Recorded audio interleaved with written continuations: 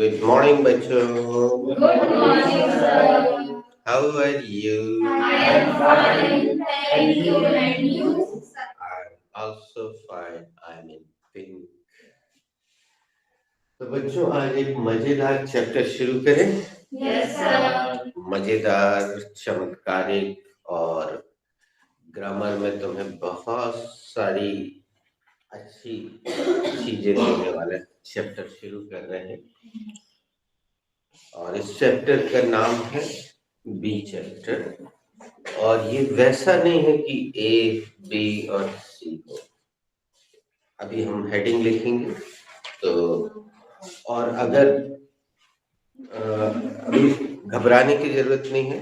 तुम्हारी last heading जो भी उसके बाद के राइट साइड वाले पेज पे इस हेडिंग को, इस शीर्षक को लिखना.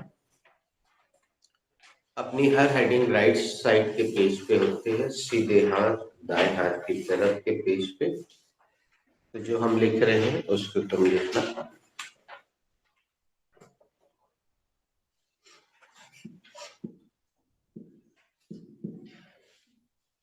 बच्चों, what is the Hindi meaning of B? The Hindi meaning of B is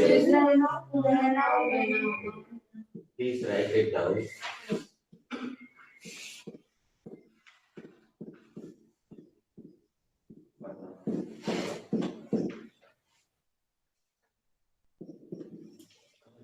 ये पिंक लाइंस के ऊपर लिखना. ये शीर्षक है, ये हेडिंग है.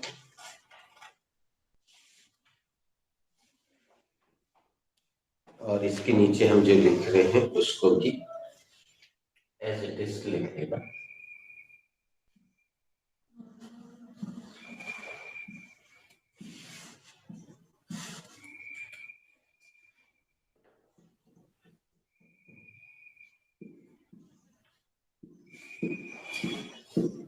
ये क्या लिखा है बच्चों? As a main verb. What is the meaning of as a main verb?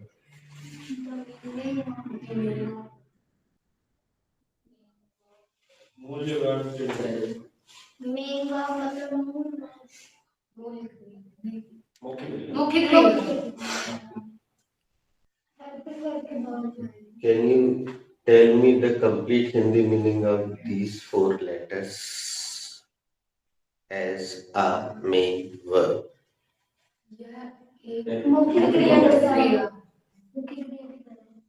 Yes, काफी सही.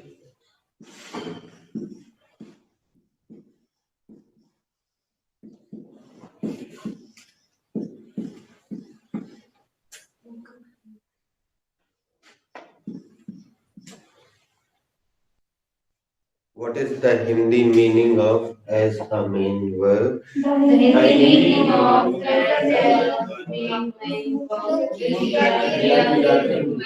मुख्य क्रिया के रूप में. अब बच्चों तुम लोग को थोड़ा सा आश्चर्य होगा, अजीब लगेगा.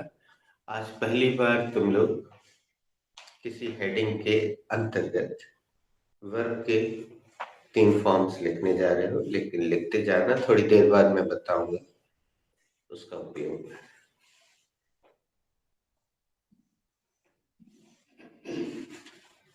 What is the second form of be? The second form of B should be बच्चों ने शुड में नहीं पूछा. जो चीज हम लिखवा देते. What is the second form of be? The second form of B is B. What is the second form of be? The second form of B is was. And what is the third form of be? The third form of B is B.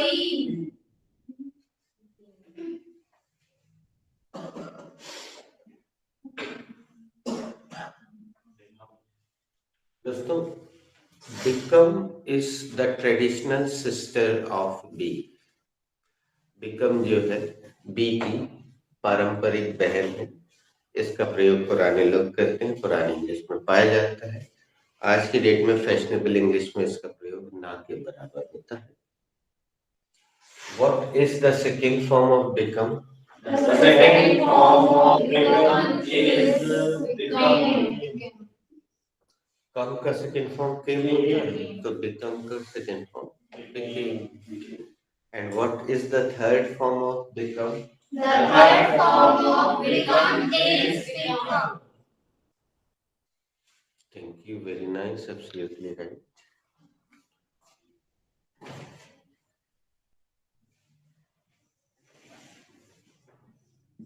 अब तुम लोगों को थोड़ा सा आश्चर्य होगा, gate का हिंदी अर्थ क्या जानते हो बच्चों?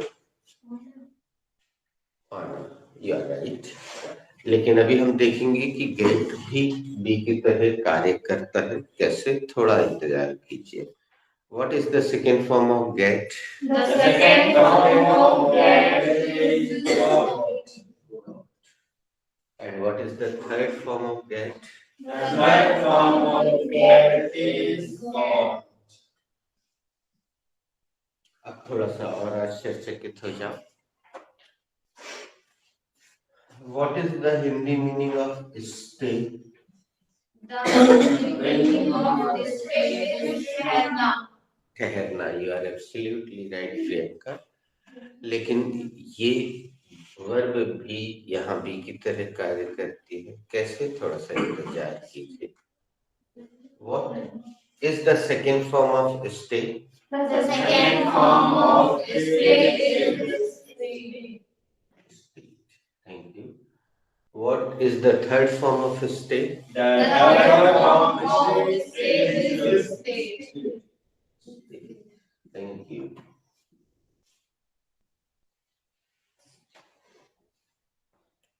तुम लोग लिखते भी जाओ और आगे भी पढ़ते जाओ। इस नए बच्चे के चलते हम कुछ सवाल दोबारा जानबूझ के कर रहे हैं। Have you written the first one? Yes, sir. We have written the first one. Should I erase? Yes, sir. You should erase. Have you written the second one? Yes, sir. We have written the second one. Should I erase? Yes, sir. You should erase. Have you written the third one? Yes, sir. We have written the third one.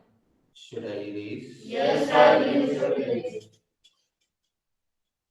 जिसने ना लिखा हो संकोच में yes sir ना बोले, वो क्या बोल सकता है? No, I am resting. हाँ सर आई एम रेस्ट ऐसा बोल सकता है। सर आई एम रेस्ट, मैं शेष हूँ, मैं बाकी हूँ। Have you written the last one? Yes, sir. We have written the last one. Should I erase? Yes, sir. You should erase. क्या मैं मिटा दूं? हाँ सर, आप मिटा दीजिए. अब आगे बढ़ते हैं एक कदम। आपका पूरा पूरा पार्टिसिपेशन चाहिए उसमें। हमारे जो सवाल है, should I ask in English? Yes, sir. You should ask. Sir answer ना बने कोई बात नहीं बच्चे, तुम लोग जानते इस क्लास में जरूरी नहीं है। What are the basic tenses? The basic tenses are past, future. Absolutely good, nice. अब हम इसी को हिंदी में पूछते हैं। मूलभूत काल कौन कौन से होते हैं?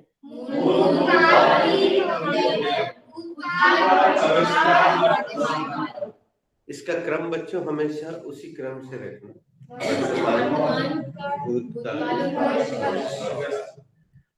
अब हम लिखने जा रहे हैं और उस समय खाली ना रहे इसलिए ये प्रश्न कर लेते हैं, 2 बार कर लेंगे, तुम जवाब देते जाना।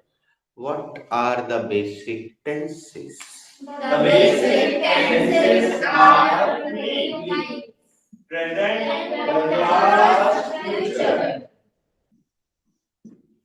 What are the basic tenses? The basic tenses are present, past, future. मूलभूत काल कौन कौन से होते हैं? मूलभूत काल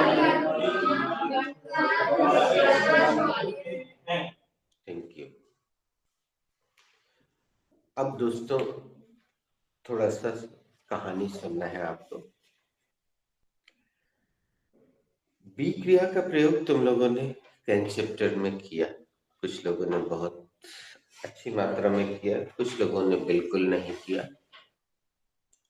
उतना प्रयोग तो तुम लोग सीख गए। अब हम उसके चमत्कारिक प्रयोग की ओर बढ़ रहे हैं। दोस्तों, इसको समझाने के लिए मैं इसको एक नाम दे देता हूं, ठीक है? एक प्यार का नाम दे देता हूं, मिस्टर बी। क्या नाम? Mister B. Mister B. एक सीरियल आता है, मूवी भी आई है, कौन सी? मिस्टर बीन करके। Mister B. वो कॉमेडी है, काफी हंसाते हैं मिस्टर बी, ज्यादा बोलते नहीं है, तो हमने इसको नाम दे दिया मिस्टर बी। अब हम जो भी लाइन बोल रहे हैं ध्यान से सुनना, फिर हम तुम्हारे मुख से उसको रिपीट करवाएंगे, और वो आज से लेकर पूरी इंग्लिश में तुम्हारे पूरी लाइफ में ही काम में आएगी। पहले मैं बोल देता हूँ, सुनिएगा। थोड़ी सी कहानी है। मिस्टर बी एक बहरूपिया की तरह होते हैं। किसकी तरह? बहरूपिया। बहरूपिया जानते हो बच्चे? Yes, sir. किसको कहते हैं? जो कुछ वेश बदल के आता है। या जो अपना रूप बदल बदल के आता है उसको कहते हैं बहरूपिया। इसीलिए उसका नाम है बहुरूपिया, और जल्दी में हम लोग बहरूपिया बोल देते हैं। या इसको हम एक एक्टर समझ सकते हैं, कोई हीरो समझ सकते हैं जो फिल्म में, किसी फिल्म में पुलिस का रोल करता है, किसी में चोर का रोल करता है, किसी में डॉन का रोल करता है, किसी में कुली का रोल करता है, अलग अलग रोल करता है, लेकिन एक्टर एक ही होता है। तो मिस्टर बी एक बहरूपिया है जो अपना रूप बदल बदल के आते हैं, और हम लोग जब उसको नहीं पहचान पाते हैं तो हमें इंग्लिश कठिन लगने लगती है, लेकिन आज आप उसको पहचान जाएंगे तो आपको इंग्लिश सरल लगने लगेगी, बिल्कुल आसान। तो अब अगली लाइन ध्यान से सुनना, इसका हम हिंदी भी बताएंगे, फिर इंग्लिश भी आपसे पूछेंगे और हिंदी दोनों पूछेंगे। पहले सुन लेना दोस्तों। मिस्टर बी जब प्रेजेंट में आते हैं तो इस एम और आर का रूप धारण करके आते हैं। अब इसका रिवीजन कराने के लिए हम आपसे प्रश्न पूछते हैं, आप पूरा उत्तर देना बच्चे। मिस्टर बी जब प्रेजेंट में आते हैं तो किन किन रूपों में आते हैं? मिस्टर बी जब प्रेजेंट में आते हैं तो एस एम आर के रूप में आते हैं।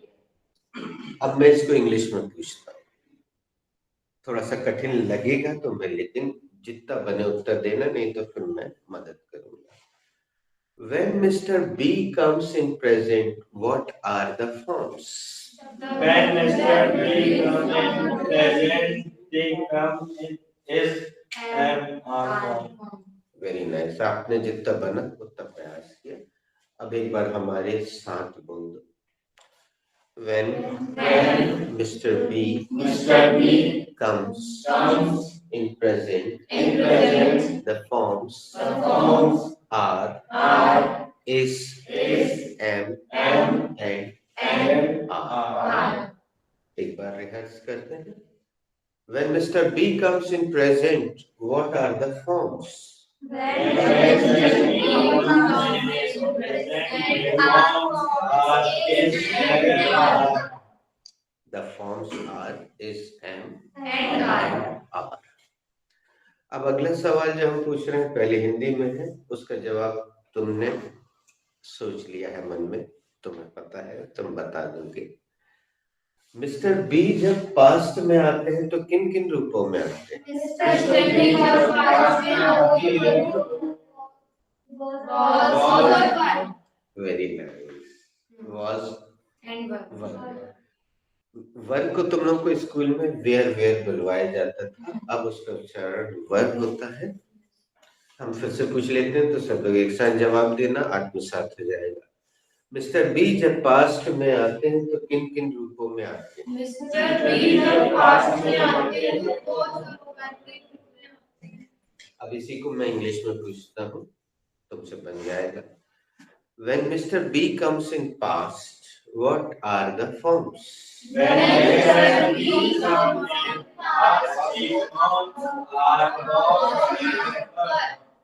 was and were। आप लोग लिखते भी जाइएगा और अगला सवाल सुनिएगा, पहले हिंदी में है। मिस्टर बी जब फ्यूचर में आते हैं तो किन किन रूपों में आते हैं? मिस्टर बी जब फ्यूचर में आते हैं तो विल बी और शैल बी के रूप में आते हैं। Absolutely wrong. बोलो भारत माता की। Will have shall have. Wrong. Will be और shall be. Yes, wrong. Will और शैल। Yes, wrong. अब सुनना हमारे मुख से, फिर तुम लोग दोहरा देना, आश्चर्य होगा, लेकिन ये बड़ा महत्वपूर्ण वाक्य है। आखिरी लाइन बहुत महत्वपूर्ण है और चूंकि इसकी रिकॉर्डिंग चल रही है तो अगर तुम लिख नहीं पाओगे तो बाद में भी लिख सकते। सुनना ज्यादा महत्वपूर्ण है, सुनना। बच्चों, मिस्टर बी जब फ्यूचर में आते हैं तो अपने वास्तविक रूप में आते हैं, अपना रूप नहीं बदलते हैं। जैसे वो ऊपर दिख रहे हैं बिल्कुल वैसे ही आते हैं, किंतु शैल अथवा विल की मदद से आते हैं। एक बार तुम्हारे मुख से निकलवाने के लिए हम प्रश्न करते हैं, गलत हो सलत हो जैसा भी हो जवाब देना। मिस्टर बी जब फ्यूचर में आते हैं तो किन किन रूपों में आते हैं? मिस्टर बी जब फ्यूचर में आते हैं तो किन शैल की मदद से आते हैं। Very nice. विल अथवा शैल की मदद से आते हैं। अब हम इसको इंग्लिश में पूछ लेते हैं, लेकिन ये थोड़ा सा कठिन होगा तो पहले मैं बुलवा ही देता हूं, ठीक है? बोलिएगा, when Mr. B comes in future, it comes in its original form, but with the help of will or shall। अब मैं रिहर्स करने के लिए दोबारा पूछ रहा हूँ। When Mr. B comes in future, what are the forms?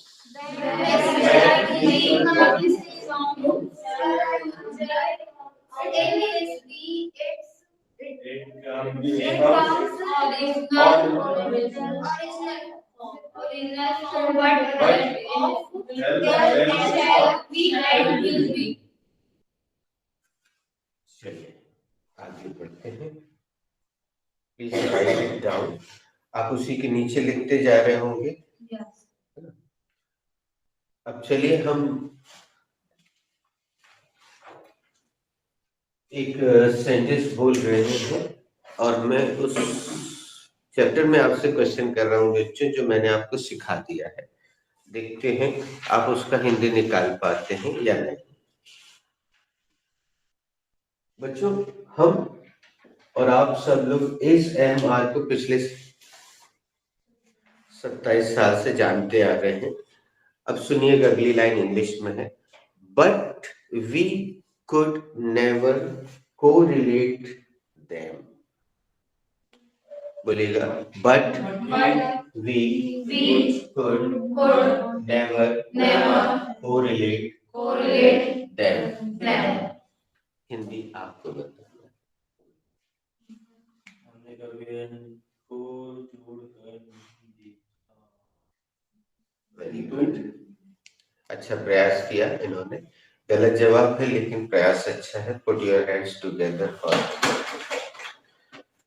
और कोई बोलना चाहेगा? नहीं तो फिर मैं बता दूं।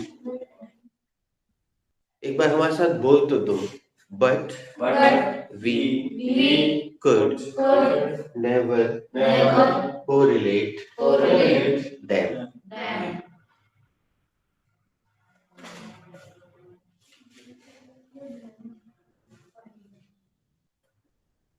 चलिए मेरे साथ बोलिए। परंतु हम कभी इनका पारस्परिक संबंध स्थापित नहीं कर पाए सके। याद आ गया पाए और सके। कुड का जब नेगेटिव बनता है तो या तो पाए हो जाता है या सके, और फीमेल हो तो पाई या सके। तो हम इस एम आर को बचपन से जानते हैं, लेकिन किस रूप में जानते हैं? केवल सहायक क्रिया है, प्रेजेंट कंटिन्यूअस में आती है एक सेंटेंस आपके सामने है, तो हम इसको केवल सहायक क्रिया के रूप में बरसों से अच्छे से जानते आ रहे हैं, लेकिन अभी इस रूप में हम पहली बार देख रहे हैं। अभी हम और आगे चलते हैं तो और इसका रहस्य उद्घाटन होता जाएगा। अब हम इनको एक वचन और बहुवचन के पैमाने पर तौल के देखते हैं और आपसे ही लेते हैं। बताइए दोस्तों, इस हमेशा किसके साथ आता है? एक वचन। यस। और आर हमेशा किसके साथ आता है? बहुवचन। और एम हमेशा किसके साथ आता है? आई। और वास हमेशा किसके साथ आता है? एक वचन। Very good. और वर हमेशा किसके साथ आता है? बहुवचन।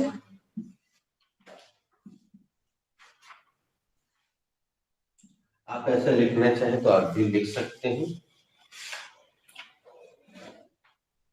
एक बार हमारे साथ इंग्लिश में जो खाली पन है उसको भरने के लिए बोलिएगा। is always used with singular number subject, and are is always used with plural number subject. अब was के बारे में आप खुद बताइए। And was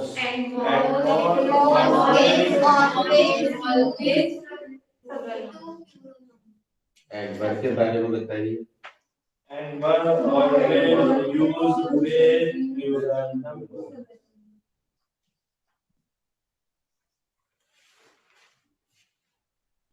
अब बच्चों इसका बताओ और इसका बताओ, ये किस शैली का बताओ किसके साथ प्रयोग होगा? और विल बी दोनों के साथ। उसने शैल बी को बोल दिया और तुमने विल बी को बोल दिया।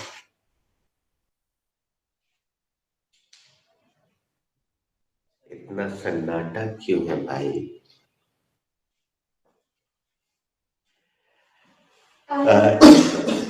यस।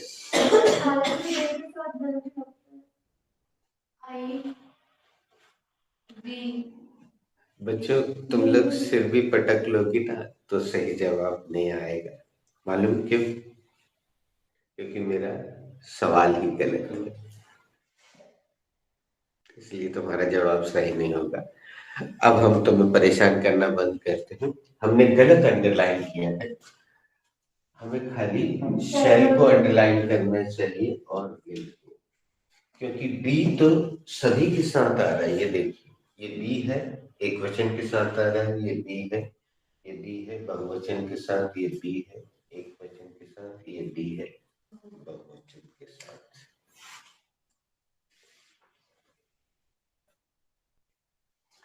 तो चलिए हम बात करते हैं। अब हम इसको इस तराजू पे नहीं तौल सकते, इसके नियम अलग है। तो में से किसी ने प्रयास किया, अच्छा किया।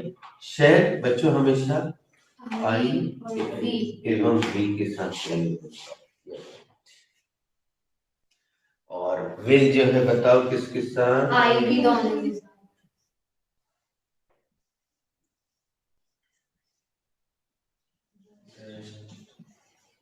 शेष सभी के साथ Very का good. प्रयोग होता है। ठीक है। शैल का प्रयोग ग्रामर की दृष्टि से कॉम्पिटिटिव के हिसाब से याद रखना बच्चों। वैसे तो अपन स्पोकन इंग्लिश वाले हैं, शैल का प्रयोग हम नहीं करते हैं, केवल विल का प्रयोग करेंगे। लेकिन जब बात लिखवाने की हो तो व्याकरण के हिसाब से लिखवाना चाहिए। तो एक बार फिर से बोल दो बच्चों, शैल हमेशा किसके साथ प्रयोग होता है? और विल बाकी जितने सब्जेक्ट बच्चे उनके साथ विल लगता है।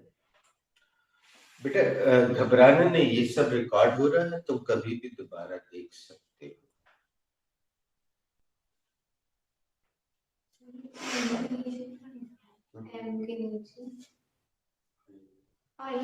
एम के नीचे एम जो है हमेशा आई के साथ। हमें ऐसा आई बनाने की हैबिट है, 9 जैसे। और कुछ टीचर्स को ऐसा आई बनाने की हैबिट है, तो इससे कंफ्यूज नहीं होना। अच्छा हुआ तुमने पूछ लिया। दोस्तों अब हम आगे बढ़ रहे हैं, पहले मैं पूछ लेता हूँ, हैव यू रिटन और have you written the upper one? Should I erase? और बच्चों नहीं भी लिखा होगा तो रिकॉर्डिंग तो है ही, 2 बार 3 बार कई बार देख सकते हो और लिख सकते हो। Have you written the middle one? Yes, sir. Should I erase? Yes, sir.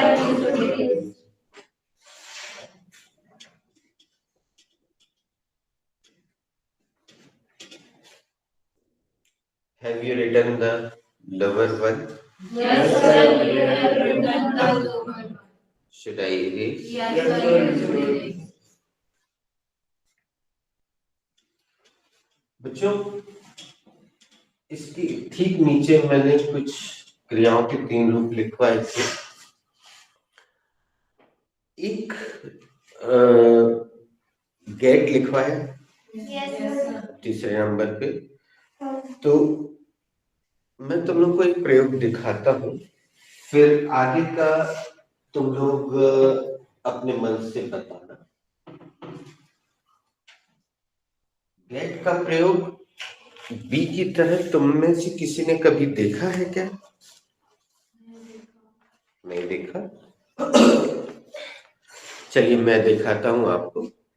ये बहुत पुराना पोस्टर है, जब सिम शुरुआत हुई थी तब का है। और आप देखिए इसको मैंने संभाल के रखा है, हालांकि नया भी मिल सकता है, लेकिन ये रखा हुआ है तो इसी को दिखाते हैं।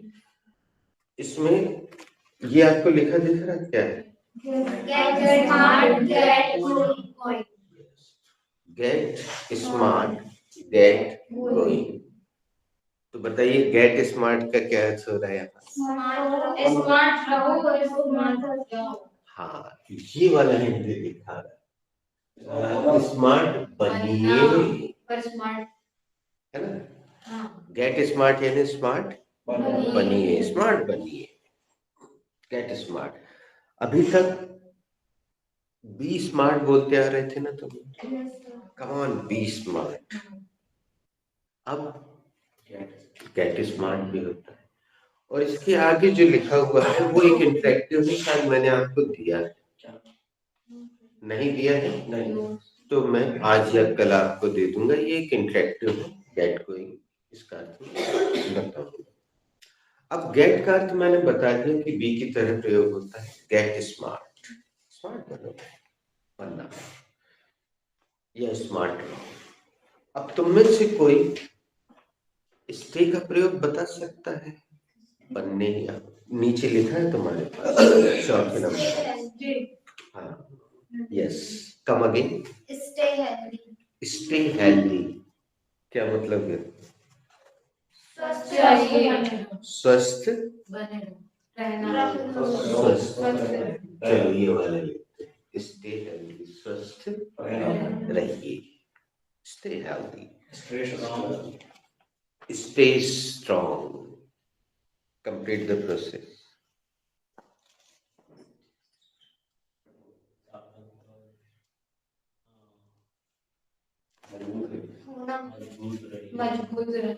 हाँ,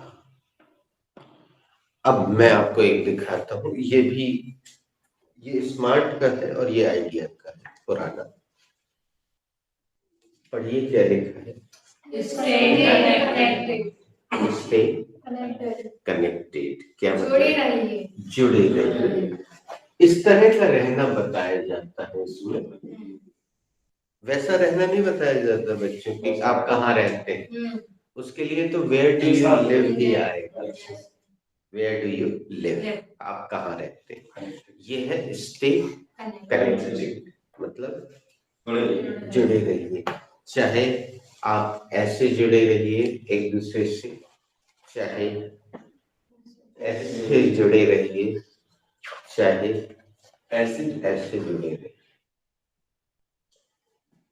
आखिरी वाला चित्र देख के कुछ लड़कों के चेहरे पर बड़ी मुस्कुराहट थी।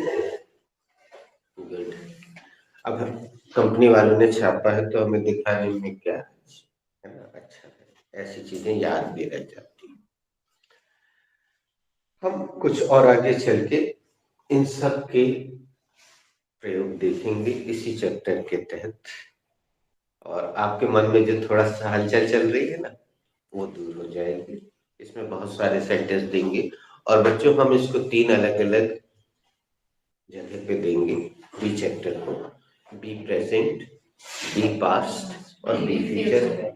हम आपको अलग अलग पेज निर्धारित करवा देंगे हेडिंग लिख के, उसमें बहुत सारे सेंटेंस मिलेंगे। तो तुम्हारे मन में जो भी शंका चल रही है, डाउट चल रहा है, वो दूर हो जाएगा।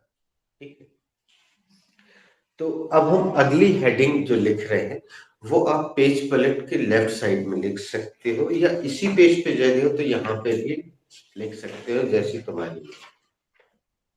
तो अगली हेडिंग जो है सब हेडिंग। सब हेडिंग को हिंदी में बोलते उपशीर्षक। ठीक है, तो ये आप लिखिएगा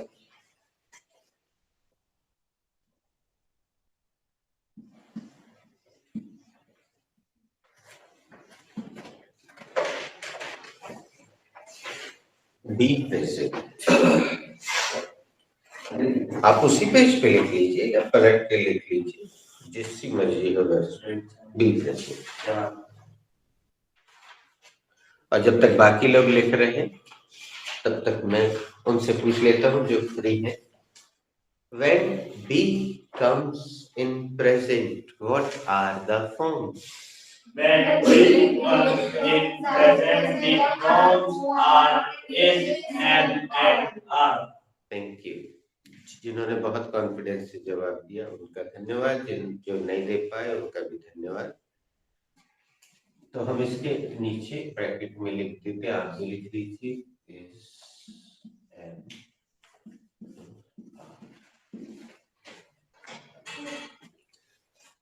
दोस्तों आज मैं पहली बार आपको एक वाक्य लिखवाने जा रहा हूँ। आप सबको पता होगा कि आज तक मैंने एक भी वाक्य आपको नहीं लिखवाया है, केवल शीर्षक हेडिंग बस लिखवाई।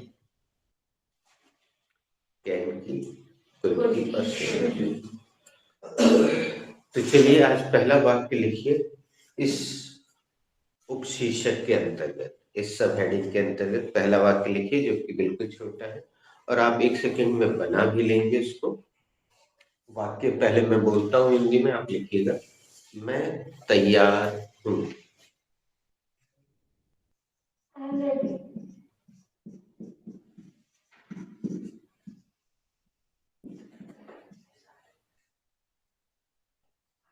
ये पहला वाक्य अभी तक का है, मैं तैयार हूँ।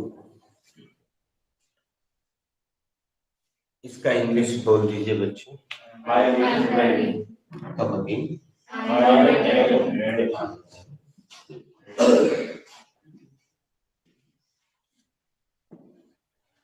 अब मजेदार बात और चमत्कार आप देखने जा रहे हैं बच्चों, और इसके बाद आपके मन के बहुत सारे भ्रम टूटने वाले हैं जो कि 27 साल से मन में भरे हुए थे, वो अभी टूटने वाले हैं। चलिए बच्चों इस छोटे से वाक्य को अपने सुपर फॉर्मूले के आधार पर अंडरलाइन करते हैं। तो मैं इंग्लिश में ही पूछता जाऊंगा, आपको हल्की सी हैबिट है, आप बताते जाइएगा। बच्चों, what is the subject in this sentence? बच्चों, तुम लोग ने ये बड़ा वाला मार्ग अपनाया है, हमें कोई आपत्ति नहीं है। हाँ, लेकिन वो छोटे वाले से प्रयोग करो। फिर से पूछते हैं, what is the subject in this sentence? इस वाक्य में कर्ता कौन है? Thank you, very nice. What is the helping verb in this sentence? यही तो इंडिया मात खा गया। बोलो भारत माता की जय। दोस्तों, अभी तक बाकी बहुत कुछ मिटा दिया हमने बोर्ड से, लेकिन ये नहीं मिटाया। मुख्य क्रिया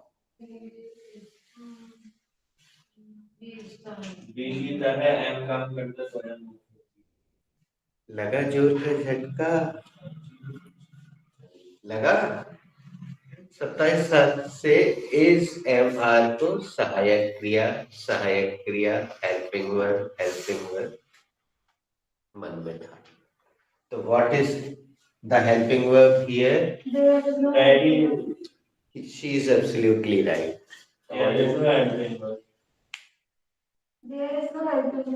अब मैं सामूहिक रूप से पूछता हूँ, what is the helping verb here? यहाँ सहायक क्रिया कौन सी है? यहाँ सहायक क्रिया है ही नहीं। बच्चों, सहायक क्रिया ना हो तो भी वाक्य बन जाएगा इंग्लिश में, लेकिन मुख्य क्रिया ना हो ऐसा नहीं हो सकता, वो जरूरी है। बिना मुख्य क्रिया के वाक्य नहीं बन सकता। तो what is am in this sentence?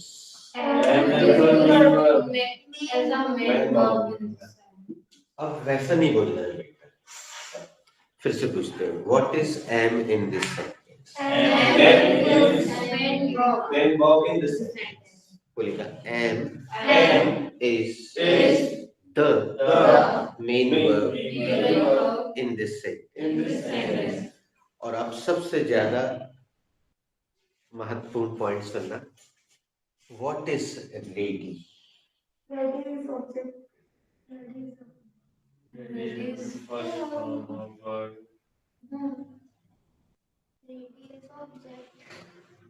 Very nice. तुम लोग ऑब्जेक्ट समझने लगे हो, जानने लगे हो, तुमने उत्तर दे दिया, ready is object. Very nice. अब सुनो बच्चों, बी चैप्टर जब जब चलेगा, जब जब बी चैप्टर का सेंटेंस बनेगा, तो तीसरा शब्द या तो एडजेक्टिव होगा या नाउन होगा। क्या होगा? एडजेक्टिव होगा या नाउन होगा। और बच्चों देख लो, जब जब बी का सेंटेंस बनेगा तो आप उसमें वो वाली मुख्य क्रिया नहीं रख पाएंगे जो आपके रजिस्टर के पिछले 20 पेजेस में लिखी हुई, अर्थात आना, जाना, खाना, पीना, हंसना, रोना, ये सब बी चैप्टर में इसकी कोई जगह नहीं है, ये आ ही नहीं सकती। और सबसे महत्वपूर्ण बात बच्चे, बहुत दिनों से तुम लोग के मन में चल रहा होगा कि सर आप वर्ड मीनिंग में तो ढेर सारी चीजें लिखवाते जा रहे हैं, इंटरेक्टिव इडियम में से निकलती हैं वो लिखवा देते हैं, बाहर एक बोर्ड लगा है उसमें से हम लोग लिखते रहते हैं, तो इनका हम प्रयोग कहाँ करेंगे? तो आज ये खुशखबरी है तुम्हारे लिए, अब समय आ गया है बच्चों कि जब आप एडजेक्टिव्स का सही प्रयोग सीखेंगे, नाउन्स का सही प्रयोग सीखेंगे, थोड़ा और आगे बढ़ेंगे तो एडवर्ब का, कंजंक्शंस का, प्रीपोजिशन का तो शुरू से ही सीख रहे हैं। अब आपका बैच एक बहुत महत्वपूर्ण मोड़ ले रहा है बच्चे। अब आप एडजेक्टिव्स का यानी विशेषण का सही प्रयोग करना सीखेंगे, नाउन यानी संज्ञा का सही प्रयोग करना अब सीखेंगे बी चैप्टर के दौरान। याद करो बच्चों, जब आपके बैच की शुरुआत होती है तो और अब मैं बताता हूं, अगर पहले मैंने चर्चा नहीं की, कि बैच की शुरुआत से मैं केवल आपको क्रिया का पहला रूप प्रयोग करना सिखाता हूं।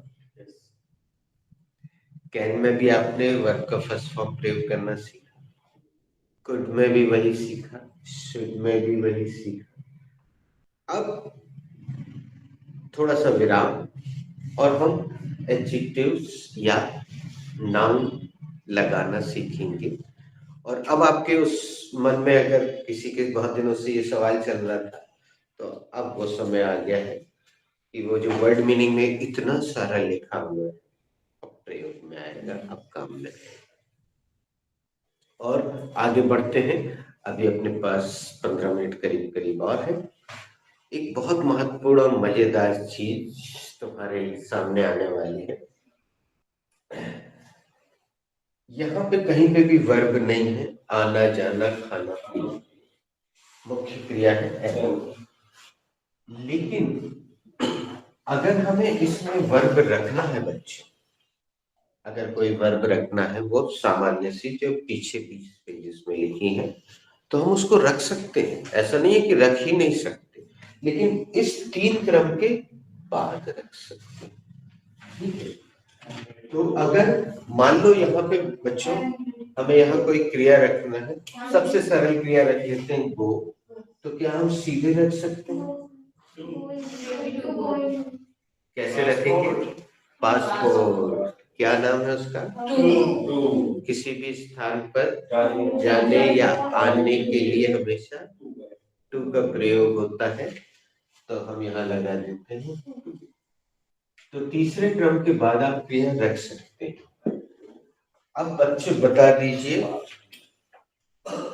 इस अंग्रेजी वाक्य का हिंदी क्या है? ये देखिए, अच्छे से अनुवाद करने के लिए आपको बहुत बहुत बधाई। Come again? Come again? Are you sure? Should I log? You are absolutely right. आपने बिल्कुल सही बोला। मैं अब देखो अनुवाद ऐसा होता, मैं जाने के लिए तैयार हूँ। अब और मजेदार बात देखो बच्चों, अगर ये सेंटेंस हमने पहले ना बनवाया होता आपसे और पहले ये सेंटेंस दे देते, तो यहाँ पे के लिए देखते समय आप मचल जाते, मर जाते, मिट जाते, लेकिन क्या लगा देते? फॉर लगा देते, क्योंकि के लिए हम पिछले 27 साल से रखते आ रहे हैं, फॉर होता है। तो ये हिंदी मीडियम वालों का जो सूचक है, इसका प्रयोग आप कम करें, फॉर का प्रयोग थोड़ा सा कम करें। हम ये नहीं बोल रहे कि फॉर बेकार है, लेकिन जहां जरूरी है वहीं लगा। और अगर हमें वर्ब को जोड़ना है तो हम सीधे टू लगा के जोड़ दें, क्या है? ठीक है, अब आप इसमें एक वर्ब बदल दीजिए, यहां से एक सेंटेंस बना दीजिए।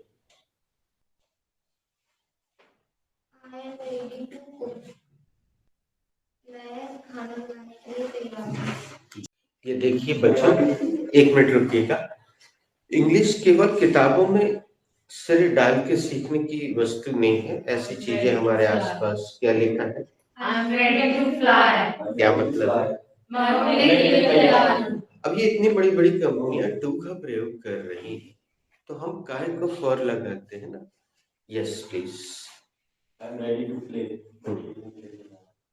I am ready to run. मैं दौड़ने के लिए तैयार हूँ।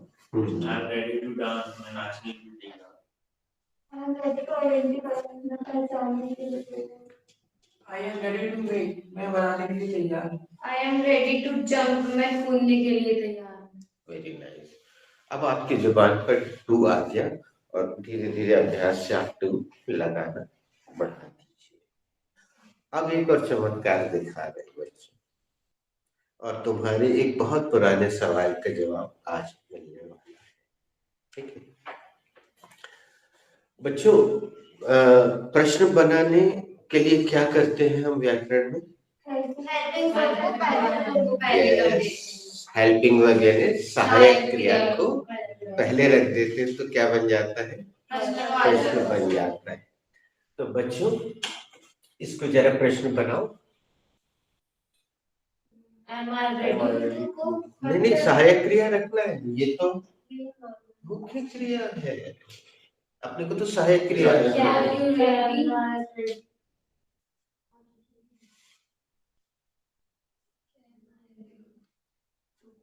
सहायक क्रिया लेकर आओ, किससे लाओगे,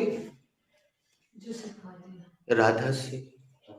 जाओ उससे बोलना कि तुमने सिखाया था सहायक क्रिया को सामने रख देने से प्रश्न बन जाता है। जाओ राधा के पास, उससे बोलना सहायक क्रिया दो, मुझे प्रश्न बनाना है। Can you ready? Can I ready? Can you ready for? Subject के बाद वाले word. Wow, what is your name? Sonam. Put your hands together for Sonam. क्या आपको झा सर ने 3 उंगलियों पे कुछ सिखाया था बच्चों? Yes, sir. क्या सिखाया था? सब्जेक्ट के बाद वाले वर्ड को सब्जेक्ट के पहले रख देते हैं। Sonam here you are. अभी सही है? जब हमने ये सिखाया था कि सब्जेक्ट के बाद वाले शब्द को उठा के सामने रख देते हैं तो तुम्हारे मन में क्या भावनाएं आई थी? ये कौन टाइप की इंग्लिश सिखा रहे हैं? हमें तो 27 साल से यही सिखाया गया कि हेल्पिंग वर्ब को उठा के सामने रख देते। अब यहाँ हेल्पिंग वर्ब है ही नहीं, रख दे सब्जेक्ट के बाद वाले शब्द उठा के सामने, बन गया सेंटेंस। अब हम इसमें सब्जेक्ट बदल के तुमसे पूछ लेते हैं, are you ready? Are you ready? Yes I am ready. क्या आप तैयार हैं? हाँ मैं तैयार हूँ। लो हो गया प्रश्न, तो कहीं कुछ गलत है? No, sir. इनसे पूछ लो। Same. Are you ready? Yes, I am ready. क्या आप तैयार हैं? हाँ मैं तैयार हूँ। Are you ready? Yes, I am ready. क्या आप तैयार हैं? हाँ मैं तैयार हूँ। Are you ready? Yes, I am ready. क्या आप तैयार हैं? हाँ मैं तैयार हूँ। Are you ready? Yes I am ready. क्या आप तैयार हैं? हाँ मैं तैयार हूँ। Are you ready? Yes, I am ready. क्या आप तैयार हैं? हाँ मैं तैयार हूँ। Are you ready? Yes, I am ready. क्या आप तैयार हैं? हाँ मैं तैयार हूँ। Are you ready? Yes I am ready. क्या आप तैयार हैं? हाँ मैं तैयार हूँ। Are you ready? Yes I am ready. क्या आप तैयार हैं? हाँ मैं तैयार हूँ। Harishan are you ready? Yes I am ready. Harishan क्या आप तैयार हैं? यस मैं तैयार हूँ। Very nice. अब हम एडजेक्टिव्स बदलें। आज पहली बार हम एडजेक्टिव्स, जरूरी नहीं है कि आप रजिस्टर पलट के ही एडजेक्टिव लगा लें, बिल्कुल कॉमन एडजेक्टिव लगा सकते हैं। मैं पहला एडजेक्टिव लगा के तुमसे पूछता हूँ, बल्कि इस बार मैं सीधे हरिश्चंद्र से पूछता हूँ, वो नया बच्चा है। तुम यस या नो, जिसमें उत्तर यस में ही उत्तर देना। Harishchandra are you smart? Yes I am smart. क्या आप स्मार्ट हो? यस मैं स्मार्ट हूँ। लो, स्मार्ट एक एडजेक्टिव है, विशेषता बतला रहा है। अब हरिश्चंद्र तुम अपने मन से कोई दूसरा एडजेक्टिव रखो, इनसे पूछो। जरूरी नहीं है कि रजिस्टर में ही देखा जाए, क्योंकि स्मार्ट हमने रजिस्टर में से देख के नहीं रखा, कॉमन शब्द था। नाउन या एडजेक्टिव रखना होगा, एडजेक्टिव का अर्थ विशेषण होता है। चलो, तुम्हें ज्यादा समय लग रहा है, हम प्रियांश से पूछ लेते हैं। Priyansh, are you intelligent? Yes I am intelligent. क्या आप बुद्धिमान हैं? हाँ बुद्धिमान हूँ।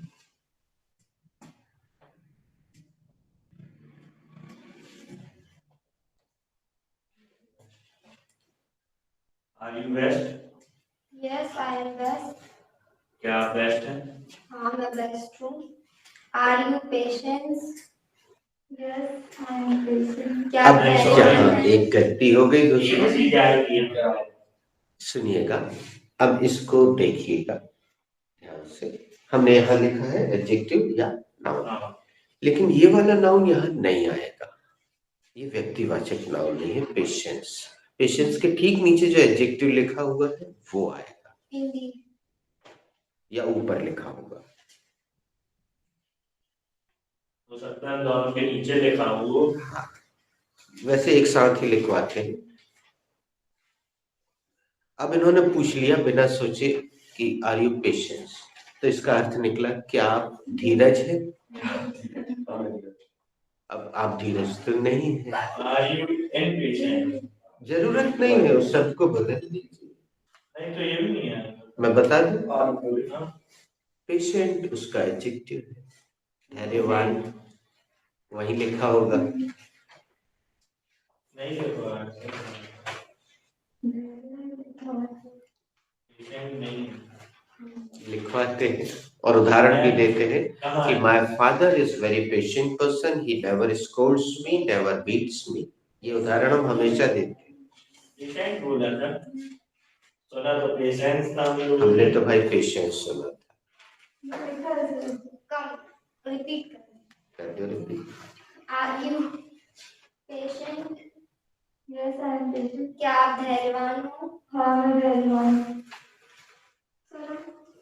Are you honest? Yes I am honest. क्या क्या तुम ईमानदार हो? हाँ मैं ईमानदार हूँ। Are you right? Yes I am right. क्या आप सही हैं? हाँ मैं सही हूँ। Are you fit? Are you fit? Yes, I'm fit. क्या फिट है? I'm fit. दोस्तों कम अगेन को भी बढ़ने में डाल देना, घुर जाएगा यूज कर। और अपन जबलपुरिया है तो जब भी कोई चीज ना समझ में आए, हाँ ऐसे करके बोलना हमेशा, नहीं तो समझ में कैसे आएगा जबलपुरी। Are you dangerous? Yes I am dangerous. No में भी आंसर दे सकते तो मैं भी दे सकते हैं। No, I am not dangerous. नहीं मैं खतरनाक नहीं हूँ। Are you perfect? Yes I am right. क्या आप निपुण हैं? हाँ मैं सही में। Are you pink? Sorry sorry फिर से गलत हुआ, ये इनसे 2 दिनों से गलत हो रहा है और mistakes are respected in this class. Are you in pink? Yes, I am in pink. क्या आप मजे में? हाँ मैं मजे में हूँ। Harishan, yes sir. Are you lawyer? Yes I am lawyer. क्या आप वकील हैं? नहीं sir, no I am not lawyer. नहीं मैं वकील नहीं। अब आप एक सवाल कर लीजिए। Are you happy? Very yes nice. I am happy. क्या आप खुश हैं? हाँ मैं खुश हूँ। अब दोस्तों आखिरी चमत्कार देखते हैं और समाप्त करते हैं, और ये रिकॉर्डिंग तो कम से कम रोक देंगे उसके बाद। अब आपको एक नेगेटिव सेंटेंस बनाना है। पहले तो इसी को नेगेटिव बनाइए। No I am not ready. Not कहाँ लगा है पर? यहाँ। ठीक है। ये तो गलत हो गया। नॉट हमेशा कहाँ लगाते हैं? हेल्पिंग वर्ब के सब्जेक्ट के बाद वर्ब के बाद लगेगा नॉट। Thank you Priyansh. क्या झा सर ने आपको ऐसा 3 उंगलियों पे सिखाया था? क्या?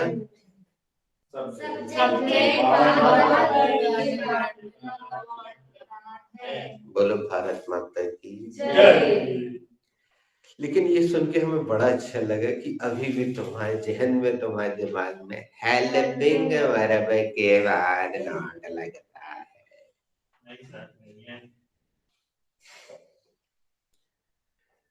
तो चलिए हम एक नेगेटिव सेंटेंस लाइन से बनाते हैं और वो रिकॉर्ड हो जाएंगे। पहला मैं बना देता हूँ। आई एम नॉट लेजी, मैं आलसी नहीं हूँ। आई एम नॉट लॉयर, मैं लॉयर नहीं हूँ। बच्चों आप या तो एडजेक्टिव रख रहे हैं या नाउन। लॉयर।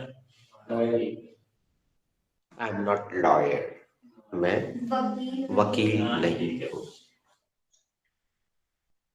नॉट डॉक्टर, मैं डॉक्टर नहीं। ये नाउन है। आई एम नॉट ए डॉक्टर, मैं डॉक्टर नहीं हूँ।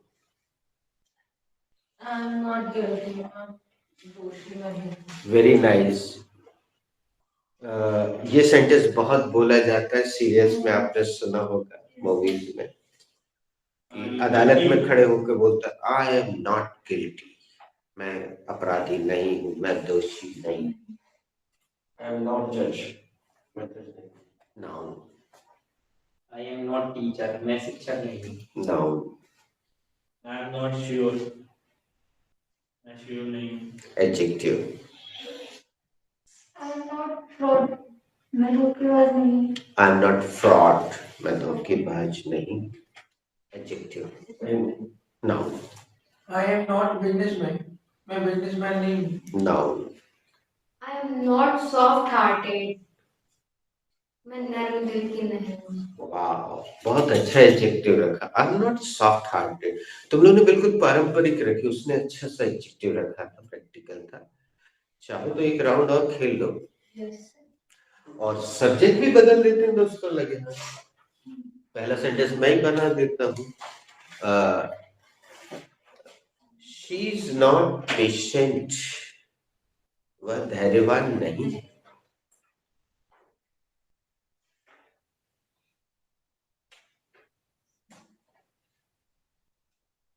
I am not सॉरी कोई बात नहीं, तुम बना दो। वो सो रही है, इसको सोना कहते हैं हम। It is not weird, वह जीव गरीब नहीं। Very nice. इन्होंने नॉन लिविंग सब्जेक्ट रखा। बोलेगा इट इज नॉट वियर्ड, यह अजीबोगरीब नहीं। Good. He is sorry. Very good. He अभी तक किसी ने नहीं रखा, बिल्कुल सही। so negative one. He is not better. वह कड़वा नहीं है। हाँ, अब ये गलत हो गया दोस्तों। हम कोई वस्तु लें खाने पीने की और अगर उसके लिए बोले कि it is not bitter, it is sweet, तो चल जाएगा। लेकिन he is not bitter, it is not working, है ना। Yes. He is not handicapped. Yes, वो विकलांग नहीं। He is not handicap. हमें जोर से इसलिए बोलना पड़ रहा है बेटा कि यहाँ रिकॉर्डिंग चल रही, तुम लोग को ध्यान नहीं है। वह अपाहिज नहीं है, वह पंगु नहीं है। Salman is not cricketer. Very nice. Salman is not a cricketer, Salman cricketer नहीं।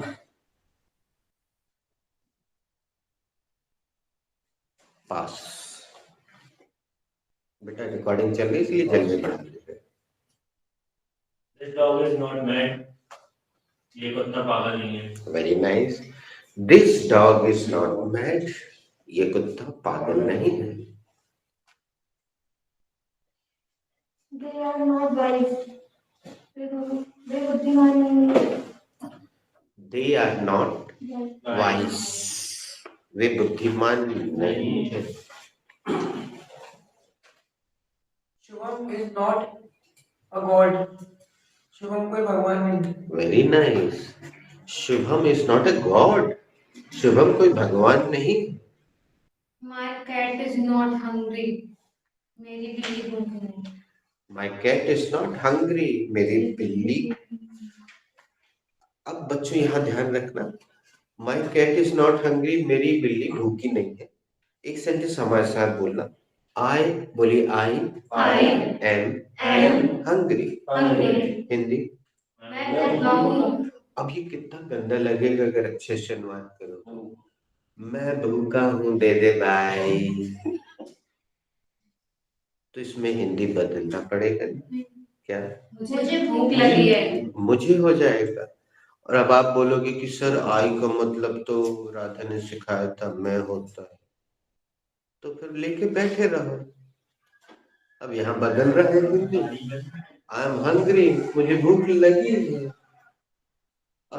कोई अनुवाद वाला होगा वो सोचने लग जाएगा लगी है के लिए क्या लगा है सर इसमें, लगी है, मुझे भूख लगी है, तो भूख कहाँ लगी है, यहाँ लगी है, यहाँ लगी, यहाँ लगी, कहाँ लगी। This is real English. I am hungry, मुझे भूख लगी। अनुवाद नहीं करना, ठीक है। Yes. You are rest. Are you ready? Yes, sir. Mahendra Singh Dhoni is not bodyguard. क्या Mahendra Singh Dhoni bodyguard? Sorry. Mahendra Singh Dhoni bodyguard है? Sorry. महेंद्र सिंह धोनी बॉडीगार्ड था। Sorry. चलिए दोस्तों, इसको विराम देते हैं। Thank you. वीडियो को एक से अधिक बार देखिए दोस्तों।